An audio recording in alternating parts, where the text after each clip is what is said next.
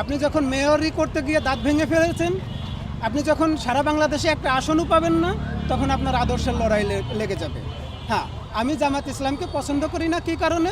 শরিয়া আইন তারা চায় না তাই, এই তো। আমি বিএনপিকেও পছন্দ করি না ওই কারণে, আমি শরিয়া আইন তারা চায় না তাই। ঠিক আছে ভাই, আপনি তো শরিয়া আইন চান, শরিয়া আইন আপনি চান না, আপনি একা একা নির্বাচন করে এখন সরকার গঠন করেন, সংসদে চলে আসেন, আমরা আপনাকে রাষ্ট্রপতি প্রধানমন্ত্রী হিসেবেই মেনে নিচ্ছি। আপনি আরেকজনের পিছনে কেন লাগতে গেছেন?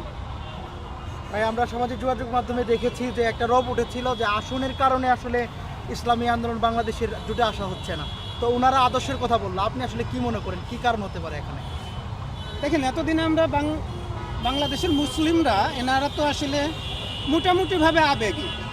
আপনারা গল্প দিয়েছিলেন কি যে আমরা ইসলামপন্থীরা একই বাক্স আমরা পাঠাবো, যে কোনো মূল্যেই আমরা পাঠাবো। যখন আপনার আসন কমে আসলো, তখন আপনি কি করলেন? আপনি জোট থেকে সরে গেলেন। আপনি তো নির্বাচনের জন্য ভোট চাইতে যাবেন, তাই না? এটাও তো গণতান্ত্রিক প্রক্রিয়া হবে। এইবার কিন্তু বাক্সের সাইজটা একটু বড় হবে, বাক্সের সাইজটা একটু বড় হয়ে আপনাকে বাক্সবন্দি করে আপনাকে আপনার বাড়িতে পাঠিয়ে দিবে। কারণ বাংলাদেশের মানুষ আর কখনোই গাদ্দারকে প্রশ্রয় দিবে না। কেন আপনি শুরু করলেন না একটু কম সংখ্যক আসন দিয়ে? কেন আপনার ছাড় দেওয়ার মন মানসিকতা হলো না? আমি শুধু জামাত ইসলামকে সম্মান করি কেন? তারা আমাদের রাজনৈতিক গুরু। আমি চরমোনাইকে সম্মান করি কেন? ওনারা আমাদের আধ্যাত্মিক গুরু। আমরা অন্যান্য যারা আছে, যারা বাংলাদেশে চায় যে শরিয়া আইন প্রতিষ্ঠা হোক, তাদেরকে কেন সম্মান করে? তারা মূল যে ইসলামী চিন্তাভাবনা আছে তারা ধারণ বহন করে।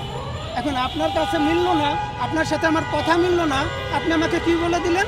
যে আমার আদর্শ ভালো না। আপনি আমাকে কি বলে দিলেন? আজকে আমি যখনই বলবো যে না, চরমোনাই রাজনৈতিকভাবে ভুল করেছে, তখন বলবো যে এরা আদর্শ বিচ্যুত হয়েছে। তাইলে মামুনুল হক সাহেবকে যা ধরেন, আমাকে কেন? আমি তো কম বুঝি, মামুনুল হক সাহেব একটু কম বুঝে? সে তো শাইখুল হাদিস, ইবনে শাইখুল হাদিস। কেন? তারা তো জোট করে নির্বাচন করতেছে, তারা ভুল করতেছে? যখনই খেজুর গাছ মার্কা নিয়ে আপনি অন্য দলের সাথে নির্বাচনী জোট করতে যান এবং খেজুর গাছের মাথায় উঠে আপনার মইটা নামাই ফেলে, তখন আপনি খুব ইসে আছেন, আদর্শে আছেন। আর যখন জামাত ইসলাম মনে করে যে না, এদেরকে দিয়ে একটা আসনও পাওয়া যাবে না, এদেরকে কেন আমরা